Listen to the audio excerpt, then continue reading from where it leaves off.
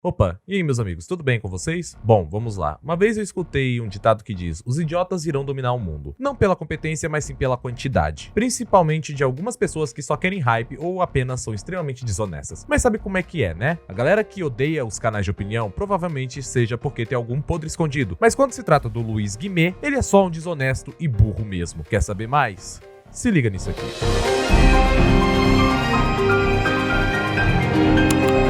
Ok, vamos lá. Luiz Guimê, eu sei. Se preparem que lá vem assunto merda. Mas quando alguém dá assim um assunto de mão beijada pra gente, não tem como a gente não falar, não é mesmo? Mas pra quem não conhece o Meliante, ele era amigo do Abelha, fizeram uma porrada de vídeo juntos, e só depois que o Abelha tinha sido chamado para atuar na Rede Globo, o cara ficou com o cu doído, da maneira mais burra possível, começou a falar muita merda sobre o Abelha, ao ponto de fazer um exposed falso do Abelha por causa de um pedaço de bife. Tá brincando comigo, pegadinho? Na moral, velho, só com isso eu já mandaria o cara ir dar meia hora de cu com o relógio parado. Mas tem aquela maior. Quando se trata de exposed, ele por um acaso acha que a gente não iria atrás pra saber? Além de tirar muita coisa de contexto só porque o amigo tava se dando bem, o Abelha ainda foi bastante benevolente em não responder. Ele tinha mais o que fazer do que ficar respondendo uma pessoa que, além de ingrata, fazia mal para o próprio amigo somente por faminha. Que merda, hein? Na terça-feira passada eu estava em live com meus amigos lá na Roxinha, jogando numa boa, até que um amigo meu, Caio Casdrago, me chamou a atenção para parar tudo que eu tava fazendo pra ver o canal do Luiz Guimê. A reação de todo mundo naquela live foi literalmente o clássico: que porra é essa? Pois literalmente, na thumb que ele colocou no vídeo, além de ter o símbolo daquele cara do bigodinho reproduzido por IA, ele ainda teve a pachorra de colocar o digo com aquele bigodinho. A apologia daquele movimento se enquadra na lei número 7.716 de 1989,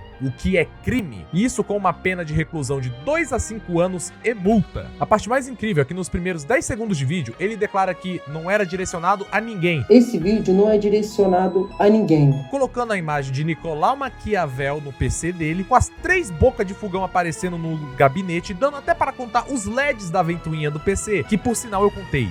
E tinham 36. E com direito a um outfit vindo direto de um NPC de GTA San Andreas. Olha que eu já vi live de NPC, mas vídeo de NPC é a primeira vez. O que mais me chamou a atenção no primeiro momento foi o comentário do Ramsés o Pequeno, que me quebrou muito. E lá dizia o seguinte: nem mesmo eu, no mais alto surto de insanidade e descontrole emocional, usaria uma thumb assim. Primeiramente, concordo com o Ramsés, mas o vídeo desse Zé Ruela conseguiu chegar num nível que ele conseguiu fazer o feito mais incrível possível, que é juntar toda a comunidade de opinião contra ele, tanto os ativos quanto os inativos. E olha que a última pessoa que conseguiu fazer isso foi o Haluka. Ok, eu sei, já é incrível por si só um NPC de GTA San Andreas fazer um vídeo, ainda mais falando tanta merda que em um momento que eu pensava que era um roteiro feito pelo ChatGPT. Pensando melhor, acho que ele não tem capacidade cognitiva suficiente para tal. Isso eu deixo pro RK Play mesmo. Burro. Já não basta ele associar de forma tão mau caráter o Digo a uma parada dessa, o Guimê não faz a menor ideia do tamanho da merda que ele tá se metendo. Mas pulando pro vídeo em si, no começo ele já insere que não é direcionado a ninguém. Enfim, a hipotermia. Porque ele aborda sobre influencers e a direção em que o vídeo vai seguindo, ele comete o crime de associação ao movimento do bigodinho nos youtubers e na sociedade moderna. Ele reconta em detalhes terríveis e desalinhados com a história entre a Primeira Guerra Mundial e meados da Segunda, contando os eventos que mais parece que o burro que não quer estudar é ele. Então vamos às correções. Se o discurso do Luiz Guimê é bem estruturado, eu sou Bill Gates. A premissa do vídeo gira em torno de relacionar o comportamento de canais de opinião com o desenvolvimento de movimentos autoritários do começo do século XX, afirmando que o modo que os canais de opinião se manifestam é equivalente à forma como os movimentos autoritários se aproveitam da fragilidade em tempos de pós-guerra para subir o poder. Para começo de conversa, um dos piores erros que infelizmente somos levados a cometer na escola é só abordar um tema vendo os antecedentes num curto período de tempo. É impossível falar a respeito da história da Europa sem falar a respeito dos fenômenos responsáveis pela sua formação, escolas de filosofia formadas nos Balcãs e no Oriente Médio, as heranças religiosas provenientes do Crescente Fértil, Oriente Médio e Península Escandinava, a organização política e jurídica do Império Romano, assim como a herança também de outras civilizações. Cada um desses movimentos surgiu em contextos particulares, frutos de processos decorridos ao longo de séculos, em tempo oportuno. A história não se faz da noite pro dia, caso não saibam, coisa que alguém não consegue nem montar um roteiro de coesão textual básica, certamente não vai entender entender. Sabe como uma criança ouve um adulto e quer imitar pra fingir que é inteligente? Então, a sensação que dá é essa. O mais impressionante é a forma como ele quer vender a ideia que o livro daquele pintor austríaco Monobola é um manual de retórica autoritária, que ensina como manipular as pessoas, como fazer que todos aceitem sua opinião como verdade absoluta, só que na verdade era pura propaganda do pintor austríaco Monobola. Uma autobiografia absurdamente exagerada, é uma genial ferramenta de marketing para alimentar a mitologia por trás de um louco desvairido com síndrome de salvador da pátria. Ainda por cima, graças à derrota do Eixo e à exposição internacional das atrocidades cometidas pelos simpatizantes dessas ditaduras, ideias como essas foram amplamente rechaçadas por qualquer um com o mínimo de bom senso. Dizer que essas ideias se propagam de forma tão ampla a ponto de se consolidarem como fundamentais para a manipulação de massas é no mínimo um atestado que você não sabe de porra nenhuma do assunto. Qualquer ideia que mostre levemente alguma semelhança ou referência positiva a esse tipo de pensamento é repreendida de todas as formas possíveis. Informação e manipulação narrativa não são coisas novas. Na verdade, isso já existe desde a antiguidade, tanto que muitas vezes pesquisadores têm problemas de irem atrás de fontes primárias, como documentos, relíquias e etc., justamente na hora de avaliar a procedência das informações nelas contidas. Normalmente, se comparam informações de outras fontes para tirar a limpo o que procede ou não, além de falar do assunto dando voltas e voltas e voltas insuportáveis, reafirmando o tempo todo a ideia de que todos são manipulados menos o grande gênio Guimê, a encarnação do eu sabo muito. Ele de novo fala como esse fenômeno de manipulação narrativa fosse algo recorrente, fruto de um fenômeno só e de uma forma tão vaga que é difícil levar a sério. Porém, o mais absurdo de tudo é que ele parte do princípio de que todos os criadores de canais de opinião leem o livro do austríaco Monobola como se fosse a Bíblia. Eu falo com tranquilidade que ninguém lê esse livro hoje em dia, porque pouquíssima gente se interessa e só passa a ser uma leitura indispensável se você estiver realmente engajado em pesquisar sobre o tema. Isso denota o baixíssimo nível de caráter do indivíduo que vai até as últimas consequências para poder provar o seu ponto, mesmo que isso signifique acusar pessoas dos crimes mais hediondos. Com essa primeira parte explicada historicamente, já percebemos das várias contradições que o Sr. Guimê teve com esse vídeo. Ainda mais quando é associado em questões de chamar a atenção ou retenção junto com a questão dos influenciadores e, de quebra, ainda juntar esse bolo todo como se fosse uma informação desenvolvida do Monobola austríaco em fazer a cabeça do povo. Assim como lá na década de 30 ou 40, ele condiz que as tretas em séries de apresentação da verdade se embasam somente sob o controle da população. O mais importante pra ele é realmente ter a massa na mão. Só se for pra pegar essa massa e enfiar no meio do cu, com direito de alugar um triplex da cabeça de todo mundo só pra chamar atenção. As merdas que ele fala são tão absurdas ao ponto de usar manipulação em telefone sem fio à comunidade de opinião propriamente dito, semelhante ao Monobola austríaco, onde ele traz uma resposta tão ruim.